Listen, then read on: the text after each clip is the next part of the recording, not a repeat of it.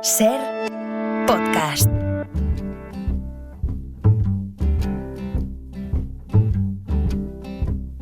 In the water, fire, I'll go wherever you go.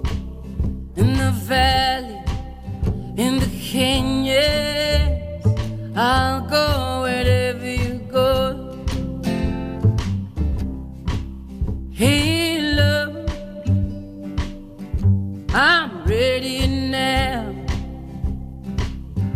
Can't you see this riot inside of my veins? Hey, love, I'm overcome by desire. How must I wait? In the water, fire, I'll go wherever you go. In the valley, in the canyons, I'll go wherever you go. Javier San Pedro es doctor en genética y biología molecular, colaborador del País. Pera Estupiñá es químico, bioquímico y conductor en la 2 de El Cazador de Cerebros. ¿Cómo estáis? Buenos días. Muy bien. Dispuestos a todo. Estábamos aquí hablando fuera de micrófono sobre Elon Musk, qué tipo más paradójico en todos los sentidos. Me acabo de acordar de que una vez teníamos que contar algo de Tesla con Elon Musk y estaba Lourdes Lancho y Lourdes dijo en antena, sin darse cuenta de que está en antena, no soporto a ese pavo, que es la mejor manera de definir a un individuo así, ¿no? Y en su biografía ahora, o en el libro que ha escrito Walter Isaacson, cuenta cómo tiene un modo demonio que es, según él, el que le permite hacer avanzar la ciencia y todos sus descubrimientos, y luego un modo normal, ¿no? de hombre. Sí, mira que tiene cosas... Perdón, justo lo que hablábamos antes con Juanjo, ¿no? Sí, sí. O sea, hay cosas que por las que debería ser admirable, pero no genera esta sensación. Genera una sensación muy, muy diferente. De Steve Jobs se decía lo mismo, ¿eh? Sí. Que era en el trato cercano era una muy mala persona que trataba muy mal a sus trabajadores, pero bueno, era un innovador, ¿no? A mí, más que estos personajes, Jobs y Musk, me interesa el biógrafo. Walter Isaacson es el mejor biógrafo del panorama actual. Su biografía que mejor conozco, la de Einstein, es una verdadera joya. Es una joya, absolutamente. Sí, la de Steve Jobs es fantástica, y la de Leonardo, que de hecho estuvo en este estudio, lo entrevistamos con ello. Lo que pasa es que con Elon Musk hace una cosa que a mí me encantaría poder hacerlo si pudiera dedicarme a ello, la biografía de alguien a quien le acompañas y de quien lees hasta sus mensajes privados en el teléfono. O sea, tiene acceso a todo, es la condición que pone. Claro, para escribir o sea, si tú quieres que yo escriba tu biografía, yo que soy el mejor biógrafo del mundo, vas a tener que aceptar mis condiciones, ¿no? Sí, me vas a tener que aceptar en la reunión más confidencial que tengas, ¿no? Claro, hasta las 3 de la mañana y... Así es. Que por cierto, hablando de Steve Jobs y Elon Musk, y ahora os lo contaba, Tim Cook estaba ayer comiendo cocido en el Lardy, al lado de la Puerta del Sol en Madrid, vino a presentar el iPhone 15. Es un cocido muy famoso el de Lardy, aunque tiene un precio que la verdad yo no sé qué le echan. Yo creo que Tim Cook se lo podía permitir. Seguro, sí. Bueno, no creo que lo pague. No, de hecho, comió con David Muñoz, la fotografía que he visto antes, que supongo que le tuvo que explicar lo que es un cocido a Tim Cook. En fin, decía esto de Elon Musk porque la empresa Neuralink, que es una de sus empresas, sabéis que varios animales, varios monos han muerto cuando les instalaron chips cerebrales. La empresa está buscando ahora voluntarios para probar esos chips. Lo digo, no sé, a lo mejor... Sí, es una cuestión que... Es un buen reportaje para mí. Desde luego, porque, claro, están pidiendo ahora voluntarios humanos y no está muy claro de que han muerto esos macacos, esos primates. Porque Elon Musk dijo que estaban terminales. Pero hay serias dudas sobre eso. Posiblemente han muerto algunos de ellos, al menos, como consecuencia del implante de una de estas interfaces mente-máquina que quiere desarrollar esta empresa, además, que yo creo que es uno de sus proyectos más interesantes. Sí. De todas maneras, si te fijas cómo Neuralink ha ido bajando las expectativas con el tiempo, porque ahora en estos reportajes ya se va viendo cómo que serán aplicaciones médicas. Pero al principio, cuando oíamos hablar de Neuralink y de las Brain Machine Interfaces de Elon Musk, iba a ser como una conexión casi con Internet con el cerebro, iba a ser mucho más ambiciosa. Realmente lo que están haciendo ahora no es tan diferente de lo que están haciendo en otros laboratorios muy sofisticados del mundo. No está liderando nada ni está teniendo una visión diferente a la clásica, que es, bueno, hacer chips para curar enfermedades, problemas de movilidad, problemas de sonido. Yo estuve hablando hace tiempo con gente que estaba muy metida, neurocientíficos que están, neurotecnólogos, que están en los Brain Machine Interfaces, y les pregunté, y dicen, mira, Neuralink se quedará en una buena empresa de aparatos médicos, pero no más que eso, porque se vendió como algo que iba a ser la interfaz mente-máquina, ¿no? La sociedad 4.0, nuestra conexión directa con Google, con Internet, digamos, no solo con la mente. Al final, bueno, la empresa se va a quedar para desarrollar en masa y a un coste supuestamente, pues, debido a las economías de escala más bajo, unos sistemas que pueden ser de mucha utilidad para la gente tetrapléjica, por ejemplo, que se haya quedado así por una esclerosis lateral o por un accidente, una sección de la médula, ¿no? Y esto puede ayudar a mucha gente. Hasta ahora se hace de una manera muy experimental, son unos procedimientos tan casi artesanales y tan caros que no son muy prácticos en la práctica clínica, ¿no? Y bueno, pues a lo mejor no vamos a la sociedad 4.0, pero podemos ayudar a la gente. Pero fíjate que Javier nos planteaba lo de los monos, que es lo de la noticia de esta semana. Es decir, leer la mente se puede hacer desde fuera del cráneo, con los EEG, estos electrodos que midan la actividad cerebral, pero claro, desde dentro, con chips, pues es mucho más precisa, y allí sí que puedes ver las señales moleculares más claras. Pero claro, es que tienes que meter un chip en el cerebro, y estos monos se han muerto o por infecciones o porque se lo han arrancado sin querer, y claro, te das cuenta de lo fácil sobre el papel y difícil a la práctica que es cumplir la seguridad. No solo que funcione más o menos bien, sino que esto sea seguro, que es lo que pasa en medicina. Bueno, luego hay otra cuestión en este experimento, y es la rentabilidad que puede buscar, porque en el libro se cuenta cómo él obviamente tiene hobbies y aspiraciones, pero todas con una gran rentabilidad. Esto de llegar al espacio pues está muy bien, pero en realidad lo que ha hecho ha sido crear esta red de satélites de órbita baja que permiten conectarte a Internet, Starlink, ¿no? Claro. Que es fantástico porque da Internet, pero al mismo tiempo controla Internet en todas esas zonas del mundo a donde antes no llegaba Internet, ¿no? Por cierto, que en Ucrania hubo una fase de la guerra donde los únicos satélites que podían cubrir el territorio eran los de Starlink. Y en el libro cuenta cómo les apagó la conexión cuando descubrió que el ejército de Ucrania quería hacer un ataque sobre Crimea. Y ahora está en negociaciones con el Departamento de Estado, con el Departamento de Defensa americano, para darles un poco el control sobre Internet en esa zona en la que llegan, ¿no? Pero es curioso porque cuenta Isaacson que todo esto son como hobbies de alguna manera, ¿no? Y que realmente que su preocupación, que yo no sé si es demasiado pretenciosa, es asegurarse de que la inteligencia artificial no se desvía hacia el lado oscuro. Que supongo que es un riesgo.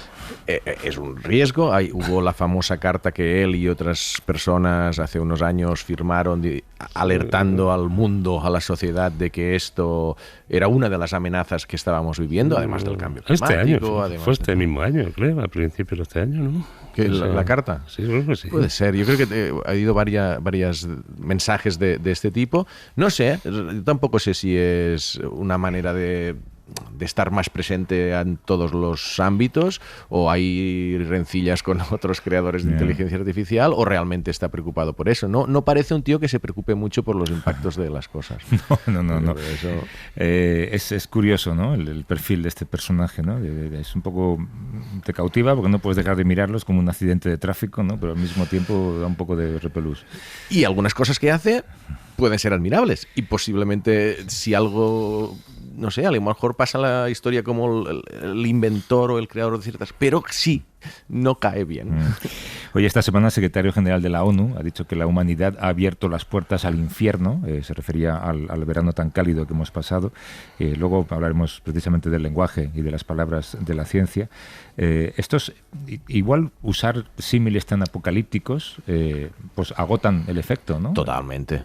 Lo que pasa es que quizás hay una frustración al final que a nosotros nos pasa también de cómo decirlo para que la gente se alarme. Sí, o para que se lo tome en serio. O sea, igual no es que buscas que se alarme, porque la alarma al final pues quizás no es constructiva, este lenguaje no motiva a la acción, sino porque además suena exagerado, suena que no te están diciendo las cosas como son, pero en realidad hay algo de infierno en lo que estamos empezando a vivir. O sea, entonces a mí me extrañó también que el secretario general de la ONU utilizara esta expresión, porque además se está diciendo que no son constructivas estas expresiones, es lo que comentas tú, pero igual responde a una frustración de decir, oye, es que ya no sé cómo decíroslo, ¿no? O sea, haced algo, gobernantes mundiales, la gente que tenéis poder, no solo la población, voy a pedirle a la gente que gaste menos agua o que encienda menos bombillas, hombre, sí, lo tenemos que hacer, pero es que con eso no llegamos.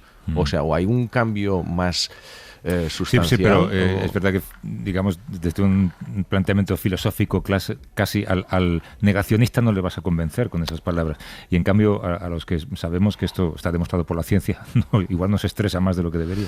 Sí, pero lo que decías tú, te cansas, los has oído tantas veces que no es nuevo ya que te alarmen otra vez. Entonces no te genera ninguna acción. Oye, hay un consejo que nos ha parecido muy interesante, lo hemos leído esta semana en una entrevista en El País a una toxicóloga, Argelia Castaño, y se le preguntaba sobre qué podemos hacer para evitar el daño de los químicos y contaminantes. Y su respuesta era, una de las cosas que se pueden hacer frente a contaminantes es evitar rutinas, no tomes todo siempre de la misma marca, no hagas todo siempre de la misma manera. Imagina que todos los días te tomas una caña, unas aceitunas y unas patatas fritas a las 12:30. Si resulta que tienes un determinado conservante en las aceitunas o la quilamina en las patatas fritas, pues puedes a la larga acumular contaminantes concretos que te den problemas. Es un gran consejo, pero claro, si se parece la mucho, misma marca de galletas. Se parece mucho a los consejos que te dan los servicios de seguridad, ¿no? Un guardaespaldas te aconsejaría lo mismo. No vaya usted todos los días al trabajo por la misma calle, pare en el mismo cajero automático y se tome el café en el mismo bar, porque claro, los villanos te van a pillar, ¿no? Y la verdad es que el consejo se parece un poco a lo que se decía antes sobre la nutrición, ¿no? Comer un poco de todo, ya que no estamos muy seguros de qué es lo peor que puedes comer, ¿no? Pues come un poco de todo, un poco de carne, pues un poco de vegetales, lo que sea, porque si no te expones a tener una deficiencia de algún nutriente que no sabías que estaba allí. Con los tóxicos pues pasa igual. Claro, y asumimos, el punto de partida es que todos los productos que encontramos en un supermercado, pues el nivel de tóxicos está muy por debajo de lo dañino, del aceptado. Pero claro, es que si dices, repites siempre el mismo, imagínate, aquí hay un concepto que es el exposoma, que es esa manera de combinar factores. Es decir, quizás tú estás tomando pequeñísimas cantidades inocuas de un tóxico con una sustancia, con unas patatas, con otra cosa, tal y cual, pero sumadas pueden tener un efecto. Incluso algunas pueden tener ciertas sinergias. La toxicología empieza a salir de mirar la cantidad de un tóxico determinado a toda esta combinación, ¿no? Y incluye otras cosas que todos los disruptores endocrinos también, que dices, ya no es cuestión de dosis. Es un disruptor endocrino, no es un tóxico al uso que dices que si pasas de una dosis ya es tóxico, sino aunque sean en pequeñísimas cantidades, a ciertas personas les podrían generar un daño. Es decir, la toxicología, yo creo que estamos en un momento de mucha más seguridad que hace unos años, y hay muchos más controles, pero claro, también se investiga más y personas como esta toxicóloga pues saben más, y cuanto más sabes al final más encuentras riesgos posiblemente. Pero combatir una rutina es muy difícil, ¿no? Sí. Si te gusta tu marca de lo que sea. De galletas o de cerveza, lo que sea. Pero mira, yo hablé una vez con un presentador de televisión, es que no me acuerdo el nombre, pero que comía mucho atún y le generó por los metales pesados que tiene el atún, que no es que tú te puedes tomar un... Pero que comía, desayunaba atún todos Se los ve días. que, o sea, tuvo algo de... Uno que perdió mucha masa muscular, igual, creo que lo he explicado en público. El secreto de Jordi Hurtado es el atún. No, creo que lo explicó en público, que perdió masa muscular y tuvo con una especie de enfermedad asociada al consumo excesivo de atún y que... yo creo que es este mismo ejemplo que estamos hablando. Comer tantísimo atún hace que esa pequeñísima cantidad de metal pesado pues al final sea muy considerable en el cuerpo. Oye, que quizá a ver si hay unos minutos al final de esta hora y podemos resolver alguna duda o podéis dar vuestra opinión sobre lo que cualquier oyente pueda plantearos en el 638-855-349. Luego siempre se nos echa el tiempo encima, pero en fin, 638-855-349 es un número de WhatsApp, o si quieren enviar una nota de audio o un teléfono, les llamamos de vuelta, 638-855-349. Feeling like the night is young. Everybody's time will come. Nobody wants to leave alone. Hey there, won't you take me home? Hemos hablado mucho en este espacio de la técnica de edición CRISPR.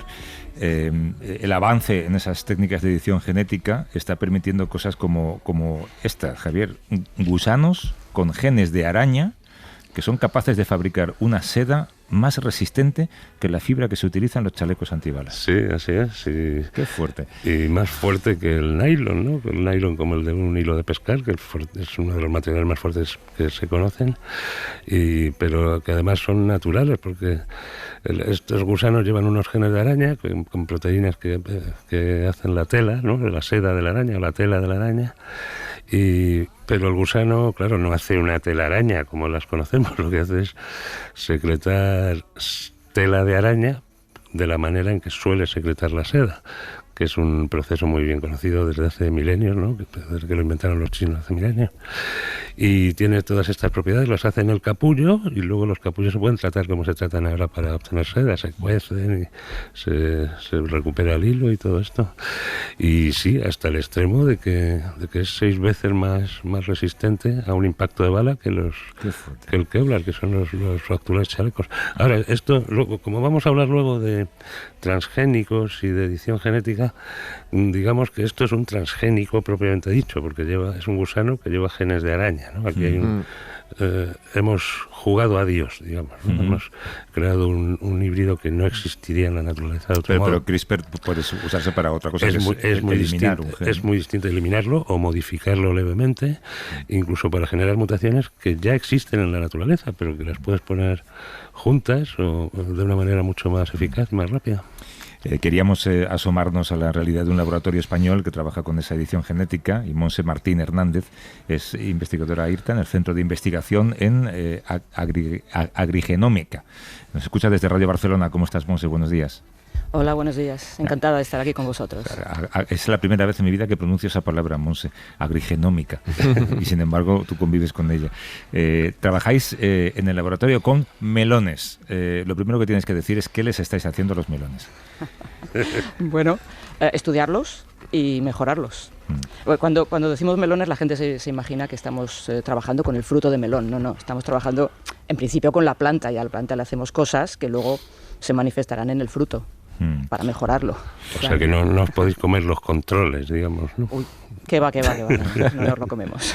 Vosotros intentáis descubrir qué genes están implicados en el virus del mosaico del pepino. Así que tienes mucho que explicar, Monse, venga. Sí, bueno, se llama virus del mosaico del pepino porque fue descubierto en pepino, pero en realidad es un virus capaz de infectar a más de 1.200 especies de muy diversas familias, entre ellas familias muy importantes agronómicamente, ¿no? Como son la familia de las cucurbitáceas, a la que pertenece el melón, o las solanáceas, a la que pertenece el tomate, que también estamos haciendo cosas en tomate.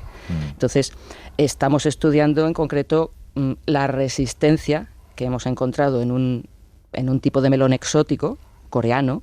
Este melón es resistente al cucumber mosaico, perdón, es que me sale en inglés. No te preocupes. El virus del mosaico del pepino, ¿no? Esta es resistente, entonces lo que hemos estudiado es un poco cuál es la genética de esta resistencia, comparándola con nuestro piel de sapo, que el pobrecito está buenísimo, pero no es resistente a nada. Hay que decir las cosas como son. Se ponen malos enseguida, sí. Sí. Bueno, no, en concreto el piel de sapo aguanta mucho, pero en cultivo es susceptible a montones de patógenos, con lo cual esto para los agricultores es un problema. Claro, entonces vosotros detectáis ese gen en el melón asiático e intentáis modificar nuestro melón español, digamos, para hacerlo resistente. Sí, bueno, esa es la idea a medio largo plazo. Efectivamente, hemos encontrado, mi grupo ha encontrado 2 genes del melón, de otros melones, que uno de ellos conocemos, en este melón asiático, conocemos exactamente las mutaciones que producen resistencia, es decir, primero tendría que explicar, los virus son una cosa muy pequeñita, en concreto este produce 5 proteínas, 5 genes que producen 5 proteínas, pero para la infección necesita cientos de proteínas. ¿Y a quién se las quita? Pues a la célula, claro. Entonces, pero claro, estas proteínas no están ahí esperando a que venga el virus a utilizarlas, ¿de acuerdo? Entonces están ahí haciendo cosas, como yo digo, en su vida privada, ahí en la célula, trabajando para la célula. Cuando llega el virus, de alguna manera altera el metabolismo de la célula, captura parte de la actividad de estas proteínas en su propio beneficio para hacer su ciclo biológico. Entonces, claro, y por supuesto, lo que la planta o el organismo sufre son unos síntomas porque le molesta, ciertamente. Entonces, la cuestión es, vale, hemos encontrado 2 genes de la planta que ayudan al virus, de uno de ellos conocemos específicamente las mutaciones que hacen que este gen de la planta no pueda ayudar al virus. La idea sería mutar específicamente, pongamos en el melón piel de sapo, introducirle esas 2 mutaciones del melón coreano para ver si es resistente al virus. Claro, y aquí es donde imagino que bueno, avanza la tecnología, ¿no? Antes hacíais mutaciones de una manera o recombinabais plantas de una manera y ahora tenemos pues estas técnicas CRISPR o lo que sea para ir mucho más dirigidos a modificar el genoma de las plantas para hacerla resistente a un virus o para hacer que crezca más el fruto, el melón, o para que sea más dulce o para que madure más tarde. O sea, imagino que podéis manipular mucho la planta para que tenga las propiedades comerciales o organolépticas que sea. Y aquí, a ver, todo esto que estamos hablando de manipular genéticamente plantas, esto viene de un pasado, viene de una sensación con algunas ramas ecologistas, con la palabra transgénicos, que como Javier ha dicho, transgénicos es diferente en el sentido que es coger un gen de otra especie y meterlo dentro de otra, que estaban muy mal vistos, la sociedad no les caían bien, digamos, y en Europa, en Estados Unidos, pues sí que estaban más aceptados, pero en Europa la legislación lo prohibía. Y ahora, si no entiendo mal, Europa está intentando aprobar o legislar estas modificaciones no transgénicas, sino con técnicas de edición genética para poder aprobarlos, porque imagino que este melón que tú estás haciendo ahora mismo no podría pasar a la fase comercial, ¿no? Si está modificado genéticamente de esta manera. Sí, en estos momentos esto es así. Europa desde el 2018 decidió, con una sentencia en el Tribunal Superior de Justicia Europeo, decidió que estos organismos editados genéticamente pues serán equivalentes a los transgénicos. Nosotros sostenemos que no. Lo que ha sucedido es que de momento, pues claro, cualquier, digamos, producto modificado genéticamente con CRISPR que se hace en Europa, pues lógicamente lo van a comercializar y lo van a producir fuera de Europa. Y esto no es bueno para Europa. Entonces, o sea, claro, tu melón resistente a virus, si lo consigues, un agricultor de aquí no lo puedes comercializar en Europa. No lo podría. Claro. Yo estoy todavía un poco lejos de eso, ¿eh? Vale, pero hay ya casos en que esto no... Quiero decir, se tiene que ir de Europa, claro. Y Montse, dime una cosa. Esas 2 mutaciones de las que nos has hablado, del melón coreano y de otros... ¿se podrían introducir en nuestro piel de sapo por cruces convencionales?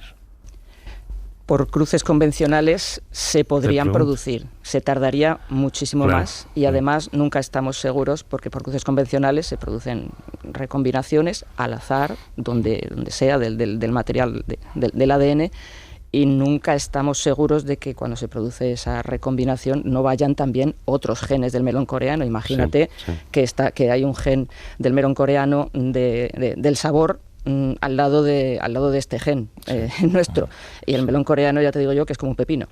Entonces, no, va a ser que no. Claro. ¿Cómo se hace un cruce convencional? Perdón por la pregunta. Monse nos lo puede explicar, sin duda. Sí, bueno, mira, nosotros hemos hecho cruces entre el melón coreano y el piel de sapo, precisamente para poder mapear estos genes de resistencia. Entonces, bueno, lo único que hacemos es coger el polen del piel de sapo o el coreano, depende, y ponerlo en la flor femenina del correspondiente, del piel de sapo. Entonces ahí sale un híbrido. Salen muchos híbridos, ¿no? Y tienes que encontrar el que tú quieres. Claro, eso sería digamos el hijo, pero en los nietos todos los caracteres se distribuyen y es ahí donde se distribuyen todas las regiones del melón coreano y el piel de sapo al azar. Y ahí es donde podemos jugar con ello. Y eso es lo que Europa quiere prohibir, ¿no? No, eso está perfectamente... eso es lo de siempre. O sea, que lo que quiere prohibir es que hagamos las cosas de una manera racional e inteligente. Exacto. No, pero si no entiendo mal... Noto ahí un pequeño subtexto. No, pero a ver... Es que llevo 30 años con esto. O sea, en los últimos meses, leyendo cosas así en revistas más científicas, más académicas, se está preparando una regulación para aprobar en Europa estos organismos modificados genéticamente vía edición genética, ¿no? Sí. Ya, de hecho, bueno, la presidencia española de la Unión Europea es una de los highlights que quiere llevar a cabo. Es decir, está decidida a que esto se vaya para adelante y se apruebe, porque Europa se está quedando atrás. Sí. Esto no puede ser, porque además no tiene ningún sentido, porque las mutaciones inducidas por CRISPR en un gen concreto que sabemos qué hace, no se pueden distinguir de las mutaciones hechas o surgidas al azar en la naturaleza o las hechas por mutagénesis que se están haciendo desde los años 40. De hecho, una vez hablé con una investigadora de tu perfil, mismo perfil, y me dijo, mira, justo esto, no se pueden distinguir. Y lo que me venía a decir es, posiblemente ya se ha hecho en ámbitos de empresas privadas o lo que sea, como en un transgénico sí que hay una marca en el genoma que un investigador puede decir, no, esto se ve que es un transgénico. Sí. Una modificación genética no, es posible, pues yo qué sé, lechugas o melocotones o lo que sea, que hayan empresas que sí que los hayan modificado y oye, los cuelen allí como si hubiera sido una variedad nueva que... Efectivamente es así, por eso de ahí lo absurdo de esta prohibición o de esta alta regulación. O sea, no es que estén prohibidos, es que están muy regulados como los transgénicos. ¿Qué quiere decir esto? Pues que hay una gran cantidad de papeleo a superar por parte de quien quiera poner en el campo uno de estas plantas, y este papeleo te puede durar entre unos 10 años y costarte 15 millones de euros. Entonces la realidad es que solamente pueden hacer esto las grandes multinacionales y el pequeño agricultor o las pequeñas empresas no pueden hacer esto. En cambio con CRISPR, si esto se desregula, es que podemos hacer CRISPR y hacer variedades modificadas de las variedades locales y mucho más precisamente y mucho más versátil. Es decir, es una herramienta que no nos podemos permitir el lujo de dejar pasar y que lo utilicen otros. Mira, te voy a hacer una pregunta y además como padre de una hija celíaca. El santo grial para los celíacos es el trigo sin gluten y esto con edición genética creo que además en España se desarrolla. Sí. Pero aunque lo consiguiéramos o se consiguiera, no se podría comercializar en España. Que yo sepa, hasta donde sé, porque esto lo he leído en las revistas, esto no se puede comercializar, no solo no se puede comercializar en España, sino que ya se ha vendido. Hasta donde sé, ya se ha vendido a alguna empresa extranjera. A otros países. Claro. Pero se ha conseguido en nuestro territorio, digamos. Sí, creo que en Granada. Con ciencia española pagada con financiación pública española y se ha vendido a una empresa, vamos a tener que ir China o lo que sea. Sí, y luego volverá acá y lo pagaremos doble. Claro, porque pasará por Estados Unidos primero, ¿no? Por la meta del capitalismo. Sí. ¿Qué vas a decir, Javier? Bueno, da igual, no viene mucho cuento ya. Iba a recordar que otra restricción que afecta a los transgénicos viene de la Agencia de Seguridad Alimentaria, que obliga a etiquetar cualquier pequeña traza de un maíz transgénico que tenga un bote de cacao soluble o de cualquier otro alimento. Cuando no hay demostrado el menor riesgo para la salud que generen estos alimentos transgénicos. Y sin embargo, nos estamos tragando las grasas trans, que sí son un riesgo demostrado para la salud, disfrazadas bajo el epígrafe de proteínas, grasas vegetales parcialmente hidrogenadas, cosa que ningún consumidor sabe lo que es, aparte de la letra que ponen en la etiqueta, que no sé, te tienes que llevar un microscopio al supermercado. Así que tenemos una legislación absurda en España y en Europa sobre esta cuestión. Un poco obsoleta. Sí. Y somos los peores, digamos, en esa legislación. Creo que Nueva Zelanda también, ¿no? Sí, Nueva Zelanda también, en los mapas que a veces presentamos está en rojo, Nueva Zelanda y Europa. En cuanto a legislación, en cuanto a regulación, frente a los organismos modificados genéticamente. Sí. ¿Para cuándo el melón? Decías que es a medio o largo plazo. Claro, estas investigaciones supongo que son... A muy largo plazo, sí. Estas cosas, primero, lo bueno que tiene el tema de la edición génica, o lo que tiene que tener, es que detrás hay mucha investigación básica para saber qué hace o cuál es el gen responsable de una función que a ti te interesa. Entonces ahora sabemos, eso ya te digo, tengo 2 genes que sé lo que hace, ¿vale? Que es ayudar al virus a infectar la planta. Lo que no sé es cómo lo hacen, ¿vale? Bien, en ello estamos, ¿no? Pero sabiendo qué hacen, podemos hacer algo al respecto, y es intentar que el virus no infecte la planta, que la planta sea resistente, sin que esta modificación le afecte a la planta, por supuesto, porque si no, si la planta no resiste, no hemos hecho nada. Ha estado estupendo la explicación. ¿Cómo se llaman los genes? ¿Les has puesto nombre? Sí, tienen el nombre de las proteínas. Una es que además en inglés, una VPS41 y la otra es la NPC1. Muy feo. ¿Y a quién quieres más? Claro. Monse Martín Hernández, que es investigadora IRTA en el Centro de Investigación en Agrigenómica. Mil gracias por esta explicación, Monse, y suerte con las investigaciones. Un abrazo. Gracias a vosotros. Adiós. Hasta luego. Abrazo.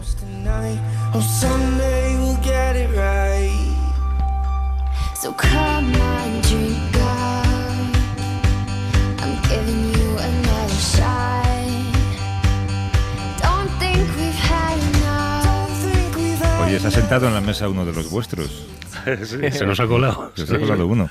Antonio Martínez Ron, que es divulgador científico, escritor también. El último libro se llama Diccionario del Asombro, una historia de la ciencia a través de las palabras. ¿Qué tal, Antonio? ¿Cómo estás? Hola, buenos días. Encantado de estar aquí con vosotros de intruso. Sí, gracias por venir. Antes hablábamos, de hecho, de la palabra, por ejemplo, apocalipsis. No es una palabra científica. Bueno, lo es más bíblica que científica.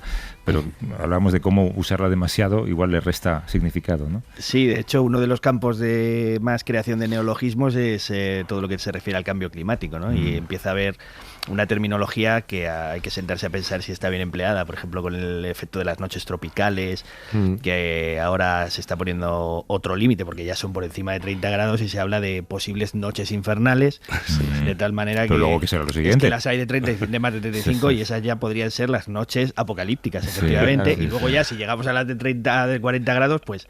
La cocina del infierno. Todos muertos. Claro. El propio cambio climático, que ya no es cambio, sino es crisis climática, porque implica consecuencias, o es emergencia climática, que es... Tú te fijas mucho en el nacimiento, sobre todo en la cronología de las palabras. Hay algunas que son muy nuevas y están ya establecidas, como CRISPR, que acabamos de mencionar. Claro. Una de las más antiguas veo que es huracán, ¿no? Sí, huracán. Hay algunas palabras científicas que son palabras que tienen una raíz mucho más profunda, ¿no? Y esta viene del intercambio con la colonización de América, con la llegada allí. Los españoles a la vuelta se traen un montón de cosas, pero también se traen un patrimonio inmaterial que son las palabras, ¿no? Canoa, por ejemplo, chocolate, tomate. Y la palabra huracán venía en el pack, porque era como llamaban allí a estas grandes tormentas que luego en otros lugares del mundo se llaman de otra forma. Por ejemplo, en el este asiático se llaman tifón, pero en este caso por influencia de los griegos. Y esta historia del tifón tiene gracia porque los portugueses en el siglo XV dan la vuelta a África, llegan a India, se traen de vuelta la palabra tifón, pero que había ido antes por allí por los griegos, ¿no? O sea, es una palabra que da la vuelta a África y no vuelve otra vez. Es como la pizza. Sí, La pizza ha dado la vuelta, salió de Italia y hasta que no llega a Estados Unidos no ha vuelto a España.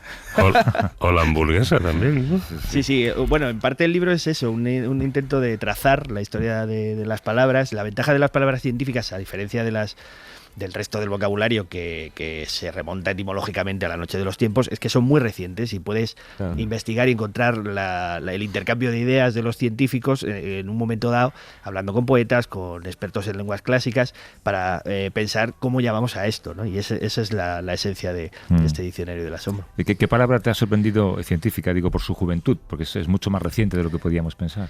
Pues mira, no es del todo científica, pero una palabra nostalgia, que la utilizamos muy a menudo y que tiene una raíz griega, nostos, ¿no? El regreso al hogar de Ulises, de la Odisea, en realidad fue creada por un médico en el siglo XVII para etiquetar el mal que afectaba a un par de pacientes que al irse de su pueblo natal se habían puesto muy tristes y enfermos, y entonces él lo llama, coge esa raíz de nostos y lo llama nostalgia. Yo pensaba originalmente que nostalgia sería algo que ya usaban hace 2000 años. Mucho más antiguo. Claro. Y fíjate, esta palabra la coge luego un filósofo australiano, un filósofo del medio ambiente, y bautiza un neologismo sobre el cambio climático que es solastalgia, porque a este hombre le pasó que su pueblo natal fue destruido por una mina, por la actividad frenética humana, ¿no? Y entonces, pensando en cómo podía llamar a esa sensación que él tenía de haber visto destruido su paisaje natal, pues decidió coger esa raíz, ¿no? y llamar solastalgia, dolor por la pérdida de tu hogar. Oye, y sabiendo cómo sabemos que los científicos tienen muy mal carácter, ¿ha habido muchas discusiones en la historia por cómo llamar a algo? Bueno, el libro en parte está lleno de momentos de mucha tensión. Por ejemplo, los geólogos. Con los geólogos que mal quedan siempre, pobrecillos. Es que el otro día estuvo aquí una editora de libros de texto de niños y cuando le dije qué asignatura o qué parte del libro se suele quedar fuera al final del año, dijo la geología. Como no le importa a nadie.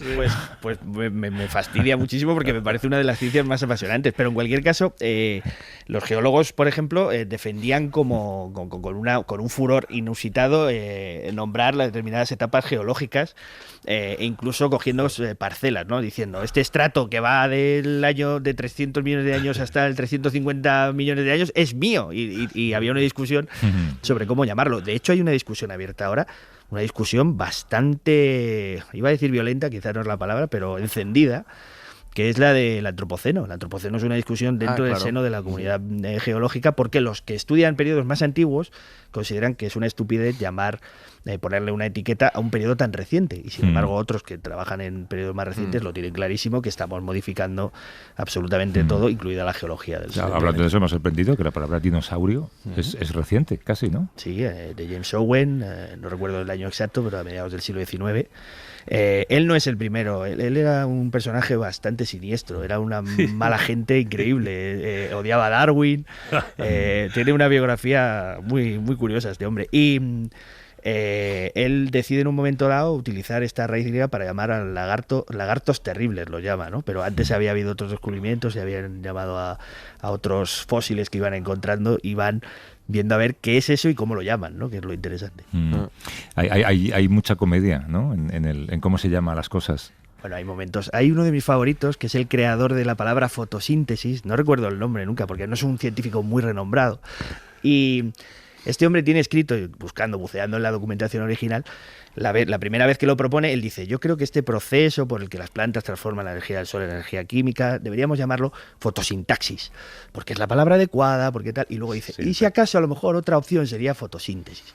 Y el pobre se quedó solo defendiendo fotosintaxis. Al final de sus días era el único que la usaba, y todos sus colegas empezaron a utilizar la que él consideraba peor, que era fotosíntesis, que es la que cuajó finalmente. Es que es mejor, ¿no? Fotosíntesis. Sí, también la fuerza de la costumbre ya nos hace parecer las cosas mejores o peores. Por ejemplo, la sinapsis, la conexión electroquímica entre las neuronas, originalmente Sherrington quería llamarlo sindesmo, que es un palabra bastante feo. Sindesmo. ¿No? Claro, y un experto en lenguas griegas, un experto en Eurípides, propone el uso de sinapsis, ¿no? Que es como mucho más bella, porque además significa literalmente conexión. Pero ¿cómo funciona esto? Si de repente inventas algo, si inventas la bombilla, pues oye, es tuya, llámala como quieras, ¿no? Sí, lo que hay es una conciencia muy clara de que el acto de nombrar es un acto de responsabilidad, ¿no? Hay un momento que me gusta mucho, que está documentado en el libro y que es en el que Michael Faraday, el grandísimo físico inglés, tiene que explicar ante la Royal Society cómo funciona la electrólisis y ponerle nombre para que todo el mundo los use apropiadamente a los polos de la electrólisis, ¿no? El cátodo y el ánodo. Pero todavía no se llamaban así. Bueno. Él propone esteodo y oesteodo por los puntos cardinales, un nombre horrible, ¿no? Y habla con el gran nombrador de las cosas, que es William Whegel, que es el creador de la palabra scientist, ¿no? De científico en inglés. Y le dice, ¿por qué no tiras del griego y utilizas cátodo y ánodo, que tiene el componente de hacia arriba y hacia abajo, que es lo que estás buscando? Hay un intercambio de cartas entre ellos que es fantástico, ¿no? Y además le dice, y a los componentes, a todas estas partículas cargadas, dice, ¿por qué no utilizas el griego, el participio del verbo ir, ión, que significa el caminante? Y es como, joder, es que hay poesía en esta elección, ¿no? En la introducción es lo que digo, que he intentado buscar lo que los científicos tienen de poetas, que muchas veces no lo tenemos en cuenta, ¿no? Están nombrando la realidad. Luego, bueno, como la investigadora de antes con el VPH, eso es súper poético, ¿no? O sea, y bueno, este gen, que tiene todavía un nombre con números, en algún momento, si se convierte en algo especial, especialmente popular o usado, pues le pondrán un nombre como está Sonic the Hedgehog, que es un gen que le pusieron el nombre por el personaje del videojuego. Y yo recuerdo la historia que creo que cuando aparece algo completamente nuevo, el virus del SIDA, que hubo como mucha lucha para un libro de Harold Barmus, un premio Nobel, exdirector del NIH, explicando cómo llegaron a ponerse de acuerdo en decir el virus de la inmunodeficiencia humano, porque implicaba, si pones inmunodeficiencia, pues los partidarios de la inmunología estaban más contentos, los otros presionaban por otra dirección. Es que claro, eso no existe, tienes que poner un nombre, y aquí hay como muchas connotaciones y explicaba las... Bueno, además estaba la bronca entre Luc Montagnier y el americano, el virólogo americano. Pues ese debate es el que yo he intentado plasmar, el de lo importante que es poner bien el nombre a las cosas en ciencia, ¿no? Y William Whegel, que os citaba antes, escribió un libro hacia 1860, La filosofía de las ciencias inductivas, que fue muy influyente, y él ahí tiene unas frases increíbles donde dice, los científicos, al nombrar los nuevos términos, tienen una gran responsabilidad hacia el público general y hacia las generaciones futuras, dice, porque tienen el deber de preservar estos, y los llama tesoros mentales, para el resto de nuestros días, ¿no? Y esos tesoros mentales son los que contienen estas palabras, ¿no? Que son conceptos que compartimos entre todos y que nos permiten entender lo mismo, que muchas veces en ciencia el gran problema fue esas torres de Babel. Se han tenido que reunir una y otra vez para hacer comités de nombramiento, ¿no? Para poner bien los nombres de las plantas, para poner bien los nombres de los animales, de las bacterias, de las partes de la anatomía, por ejemplo. Los productos químicos, no digamos. Claro, ¿no? Los nombres de los elementos químicos también. Y de la anatomía de los medicamentos incluso. Hubo un momento de drama a mediados del siglo XX, donde cada uno llamaba a un principio activo, a un componente químico que se usaba para curar, de una forma. Entonces podía llegar el momento de que hubiera un error y te cargaras a un paciente, ¿no? Claro, estaba pensando, imagínate que en el futuro la técnica CRISPR acaba con el cáncer, pongamos por caso. Qué importante es cómo alguien un día decidió llamarlo de esa manera, ¿no? Bueno, fue un español, ¿sabes? Sí. Francis Mojica, que a mí me contaba la anécdota de que él no lo nombró con ese nombre original. El primero le puso SR. Eso se pronuncia muy mal. Que, claro, tenía el problema que era... y terminaron utilizando un nombre que contiene algo de literatura, porque CRISPR quiere decir algo así como repeticiones palindrómicas secuencialmente espaciadas, ¿no? Espaciadas regularmente y agrupadas. Eso es.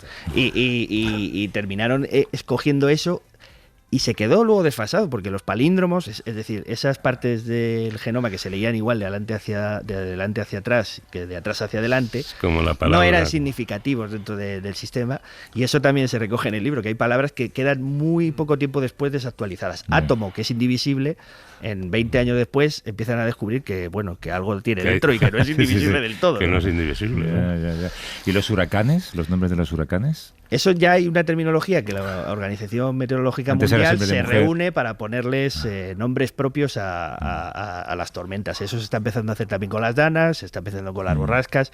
Eso es una técnica casi de marketing científico en el sentido de poner el foco en determinadas cosas para que puedan ser utilizadas por el público general, ¿no?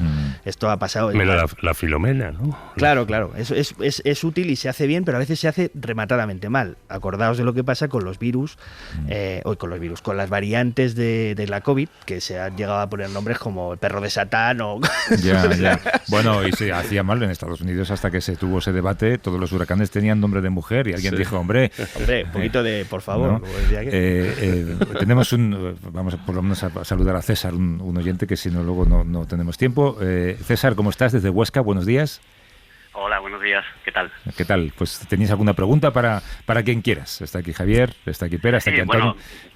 Bueno, mi consulta era ahora que estamos en fechas de buenos propósitos, en septiembre, y dadas las últimas noticias, quería saber si me conviene invertir en cursos de inglés este año o me espero a comprar un pinganillo con inteligencia artificial. Ah, vale. Pensaba que te referías al cambio climático, como vamos a morir todos. Gracias, César. Un abrazo. Claro, ha habido tantos memes del Fari hablando en inglés que uno se pregunta si el Fari... que son asombrosos, que habla exactamente como hablaría el Fari si supiera inglés, ¿no? Sí. The Softman, el hombre blandengue es The Softman, ¿no?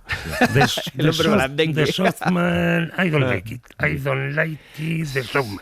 Me gusta mucho más el hombre blandengue que de Softman. Bueno, sí. El otro día alguien me contó que ayudó a un turista japonés en Madrid que no hablaba español y quien me lo contó no hablaba japonés y se entendieron perfectamente con una aplicación de teléfono que en tiempo real iba traduciendo la conversación. No, sin duda la traducción automática va a ser, o si no lo es ya, está a punto de ser. De hecho, ChatGPT es un traductor formidable. Es muy bueno, es mejor que los traductores de Google a los que estamos acostumbrados. Y claro, esto te lo tienes que pensar 2 veces antes de hacer una inversión en aprender inglés o no digamos aprender chino, ¿no? Porque es posible que haya un sistema automático muy pronto que nos permita hacer eso. Ahora, otra cosa es la cercanía humana, ¿no? Tú, si no sabes inglés, tú no puedes vivir en inglés, ¿no? Sí, podrás asistir a congresos, apañarte en el trabajo, pero no vas a tener una relación muy directa en la hora del café, digamos. Exacto. Y los beneficios neuronales, sobre todo a ciertas edades, de hacer el esfuerzo intelectual de aprender un idioma nuevo, que eso es importante. Bueno, oye, Antonio Martínez Ron, que es divulgador científico y escritor también, el libro del que hemos hablado, es el Diccionario del Asombro, una historia de la ciencia a través de las palabras, además una edición súper bonita. No suele haber ediciones en varios colores, y el tuyo es en pues hemos tirado la casa por la ventana. Más caro. Ya te digo, esto te ha costado un dinerito, ¿eh? Bueno, son solo 2 colores, tampoco nos volvamos locos. O sea que... Y espera, Javier, hasta la semana que viene. Gracias. Hasta la semana que viene.